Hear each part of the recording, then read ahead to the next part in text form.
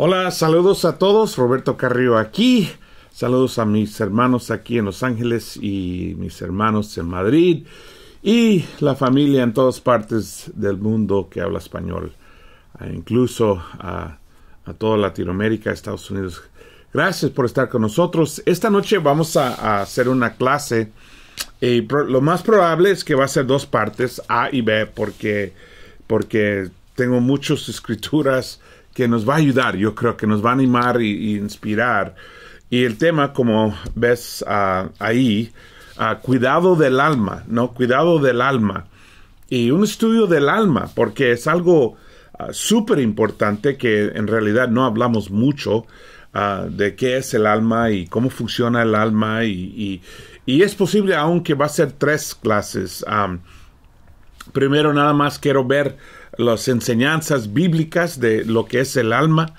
Y luego tal vez una tercera clase en teológicamente qué significa el alma y cómo podemos vivir conscientes de nuestro alma. Es algo interesante que sabemos que tenemos alma, pero muchas veces no sabemos nada de nuestro alma. Entonces, por supuesto, siempre empezamos con escrituras, ¿no? Aprendiendo de la Biblia, poniendo prioridad en lo que nos enseña en la Biblia. Hay 2 palabras en la Biblia que traducimos a alma o a veces a espíritu. La primera palabra, nefesh, que es hebreo, y nefesh es, por ejemplo, cuando Dios nos hace, y ahorita vemos esa escritura, cuando Dios nos da vida, somos un nefesh. Y nefesh, el concepto de nefesh no es solamente, normalmente pensamos un espíritu adentro del cuerpo que sale y va al cielo, pero en realidad es más que eso, es el ser total, ¿no? ¿Quiénes somos? Eso incluye la mente, el corazón y aún el cuerpo, ¿no? Que todo es parte de nuestro nefesh. Y uno puede decir, y hay muchos versículos que dicen que el espíritu está dentro de nosotros, pero en realidad hasta el cuerpo es parte del nefesh, es parte de tu ser entero, ¿no? En el griego la palabra es psuche, y psuche, como sacamos la palabra psicología, psiquiatría, y es en griego tienen el uso de PS, psuche, y eso es nuestro alma también, eso traducido es alma. A veces lo traducen mente, ¿no? ¿Por qué? Porque no es nada más un espíritu, es tu ser.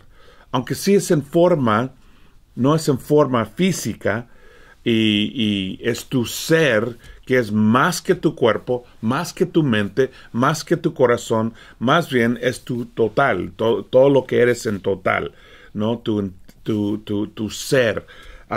Vemos en Génesis capítulo 2, cuando Dios hizo la humanidad, dice, y Dios el Señor formó al hombre del polvo de la tierra y sopló en su nariz hálito de vida. Y el hombre se convirtió en ser viviente, o nefesh. Se convirtió en ser nefesh. Nefesh, un espíritu o un ser, tanto como Dios. Y es tu ser. Sí, radica en ti, pero tú radicas en él también, ¿no? Y yo sé que es un poco retante a captar, a entender, pero y honestamente la verdad no lo explica en detalle la Biblia, pero sabemos más o menos que el nefesh es nuestro ser, es quienes somos nosotros, ¿no?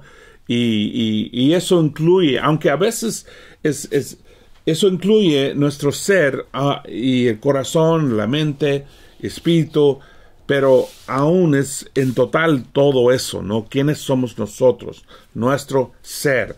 Y vamos a ver unos versículos que nos pueden ayudar. Y yo creo que es muy importante entender nuestro alma, ¿no? Y vivir consciente del alma, porque tenemos que proteger nuestro alma.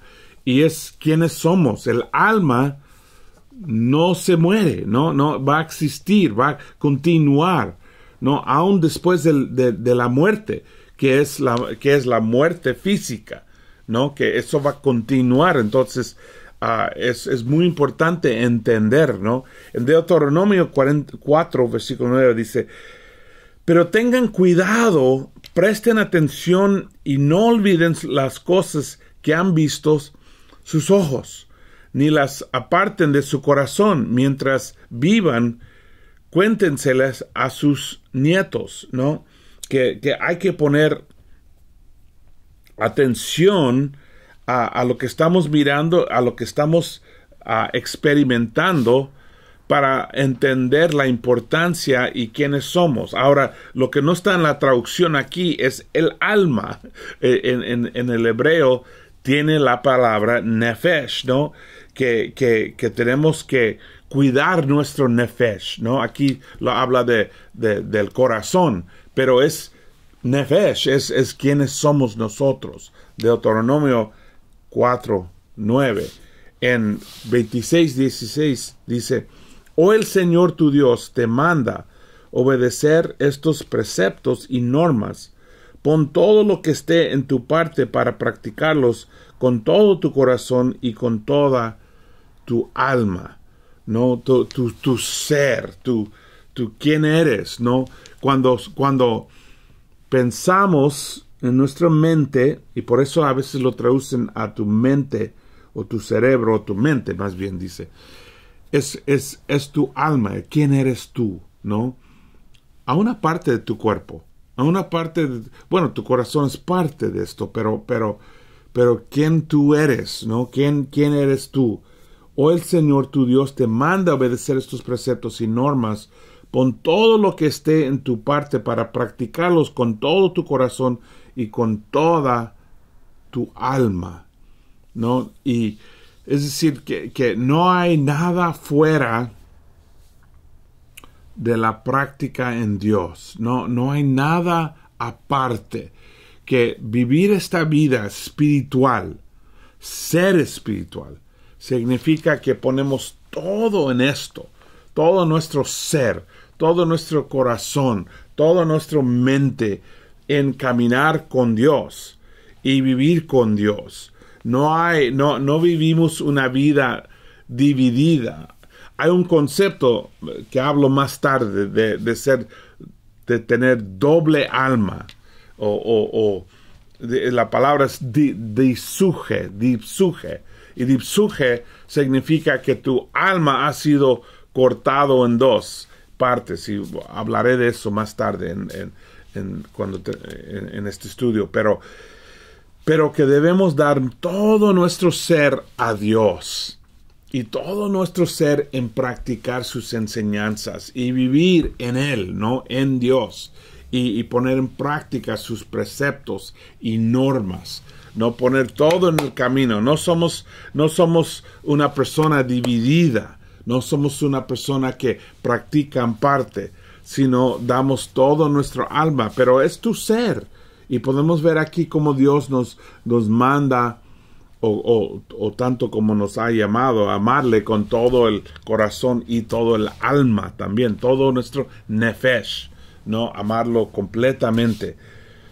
En Primera de Salmos 18:1 dice: y aconteció, y te quiero decir esto, que a veces uso traducciones diferentes porque a veces no traducen la palabra psuje o nefesh, y lo traducen diferente, usan la palabra mente o corazón o tu ser, pero es nefesh, y si hay una traducción que usa la palabra alma, nefesh, yo lo uso, pero a veces no. Esta versión de este versículo está en la Biblia de las Américas, ¿no? Y dice: y aconteció que cuando él acabó de hablar con Saúl, el alma de Jonatán quedó ligada al alma de David, y Jonatán lo amó como a sí mismo. Esto es muy interesante, ¿no? Que había tanto amor y respeto y lealtad entre Jonatán y David que dice que se quedó ligada al alma de David. El alma de Jonatán que quedó ligada al alma de David. Qué interesante, ¿no?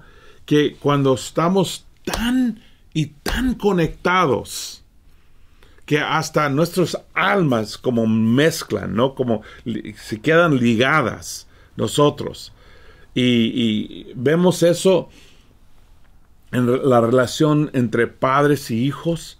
Vemos eso entre las relaciones de esposo y esposa. A veces vemos esto en amistades o en la confraternidad, ¿no? Cuando dos hermanos o dos hermanas o una charla está tan conectada que queda ligada al alma uno a otro. Y eso es una relación muy profunda. Por eso, cuando se muere un padre o una madre, y sus almas han llegado a ese nivel de ligada alma a alma, eso rompe profundamente y causa dolor profundamente, ¿no? O aún lo vemos en divorcio, ¿no? Cuando uno, con una pareja, que Dios los ha hecho como una sola persona, alma y alma ligada, y divorcian y se separan, es como romper tu alma, es como romper tu corazón, como partirlo, y es súper doloroso, ¿no? Y lastima profundamente. Entonces, por eso es tan fuerte. También lo vemos cuando alguien salga de la iglesia, ¿no? Cuando alguien sale de la iglesia, que es como romper algo, ¿no? Romper lo que Dios ha conectado, alma ligada con alma, ¿no? Y es muy doloroso, es muy fuerte. O cuando lo hemos visto también en la iglesia a veces, cuando un grupo sale y es romper alma y alma, y eso lastima tanto. Esto lastima profundamente. Y todos, bueno, si uno vive en la iglesia, si uno está en la iglesia muchos años, tristemente eso pasa de vez en cuando. Y yo sé que en la iglesia en Madrid eso pasó, y aquí en la iglesia en Los Ángeles eso ha pasado, que hemos experimentado ese romper el alma, ¿no? Y qué interesante, ¿no? Que explica que el alma de Jonatán y el alma de David se quedaron ligadas, conectadas tan profundamente a un nivel. Y vemos por qué duele tanto, ¿no? Un divorcio, o cuando alguien se cae de la fe o dejan la iglesia. Duele profundamente. En Salmo 19 dice: la ley del Señor es perfecta, que restaura el alma. El testimonio del Señor es seguro, que hace sabio al sencillo. Es decir, que la palabra de Dios, la ley, las enseñanzas de Dios es perfecta, y que restaura el alma, como alimenta nuestras almas, da fuerza a nuestras almas, nos ayuda a ser restaurados, ¿no? Y eso es muy importante saber. Por eso mi alma a veces tiene sed, tiene hambre por la palabra. Y si alguien es espiritual, si alguien es espiritual, se da cuenta de esa escasez en su alma, de ese sed que tiene, ¿no? Y uno se siente la necesidad y el deseo de leer las Escrituras, de orar, de meditar en la palabra de Dios. ¿Por qué? Porque la palabra restaura nuestras almas. Y eso es muy importante notar, ¿no? Más. Y no es una garantía. Alguien puede leer la Biblia constantemente y no ser espiritual, y no ser una persona espiritual, para nada. Hay gente así que hasta que memorizan casi toda la Biblia, pero no son espirituales. Pero si uno trata de caminar con Dios, la Biblia es como comida. La palabra alimenta, restaura. Y ciertamente yo creo, en mi experiencia, que cuando uno tiene mucho tiempo en la fe, va a ser lastimado, aún por la iglesia, por el mundo, por los hermanos de vez en cuando, por su charla. Y lo único que puede restaurar su alma, el daño o sufrimiento que pasa en su alma, es la palabra de Dios. Es su ley, es su manera de ser. Enfocarnos en Jesucristo y aprender de Él. Eso nos ayuda. El problema es que muchas veces cuando alguien es lastimado, como pone una pared, y en vez de acercarnos a Dios a través de su palabra, nos separamos un poquito, nos alejamos un poquito. Y después de tiempo, Dios no nos puede ayudar. Y somos llevados por las emociones de la situación. Y he visto eso pasar con hermanos que van de la iglesia o que caen de la fe o que han sido lastimados y es fácil ser llevado a un punto en que uno está muy amargo, ¿no? Muy negativo. Y qué triste eso, ¿no? Que Dios nos da la manera de restaurar nuestras almas, ¿no? De ser sanados por Él. En Salmo 35:9 dice: y mi alma se regocijará en el Señor, en su salvación se gozará.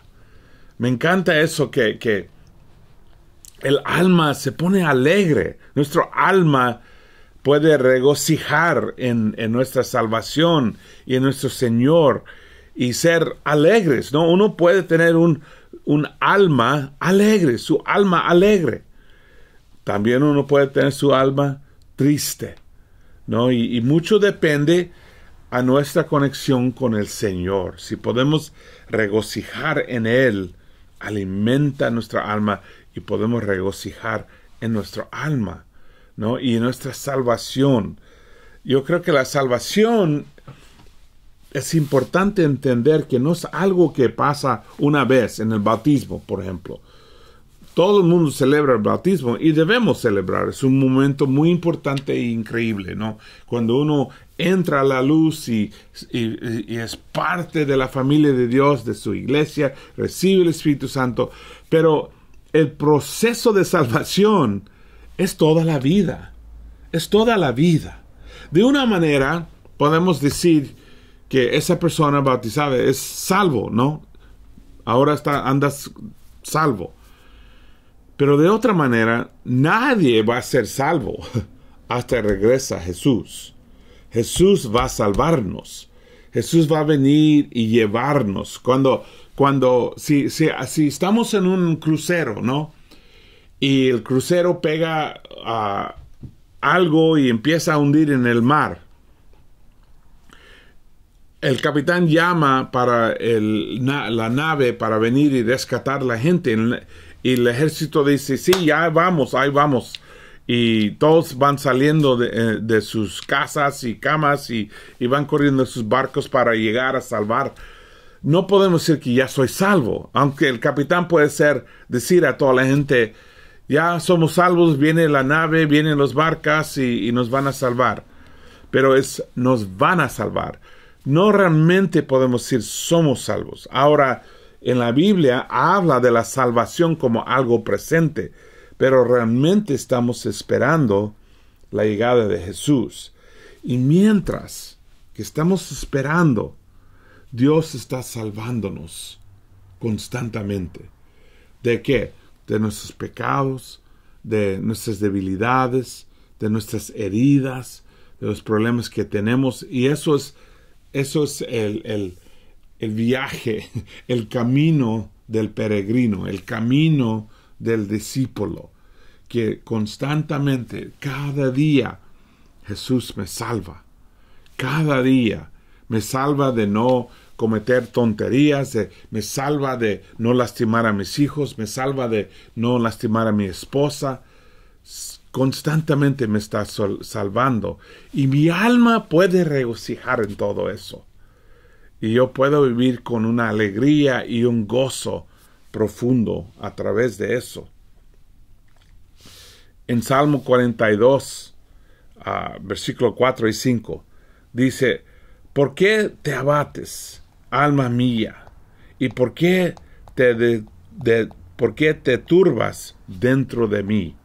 Espera en Dios, pues he de alabarle otra vez por la salvación de su presencia. ¿No? Salmo 42. Dice pregunta al alma, da una pregunta al alma: ¿por qué andas decaído? ¿Por qué andas triste? ¿Por qué andas deprimido? Él mira a su alma. David mira a su alma y pregunta. Muchas veces no somos conscientes de cómo está nuestra alma. No es algo que decimos. No decimos: hola hermano, ¿cómo está tu alma? No lo pensamos. No. Sabemos que tenemos alma y a veces aún sabemos que somos alma.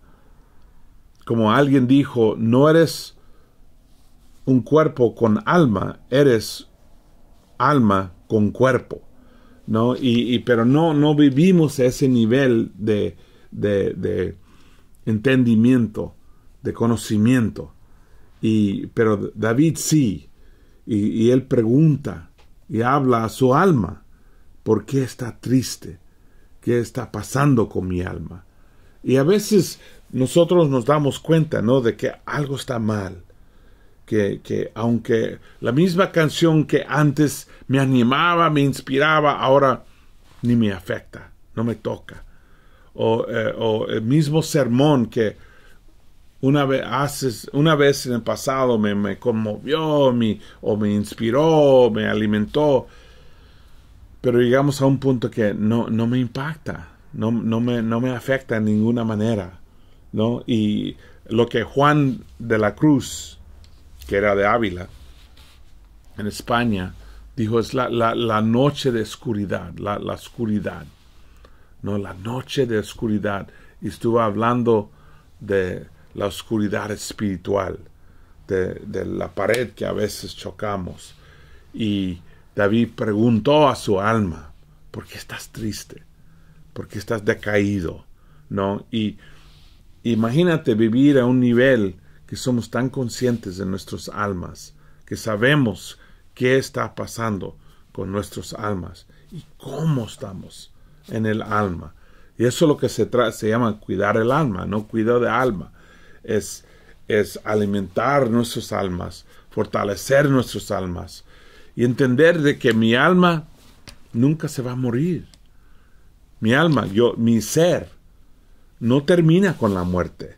No termina. Tú y yo no vamos a morirnos. No vamos a terminar. Piensa en eso. No vamos a terminar nosotros. En Salmo 143 dice: a ti extiendo mis manos. Mi alma te anhela como la tierra sedienta, ¿no? Que mi alma respira en Dios. Mi alma tiene sed para mi Dios.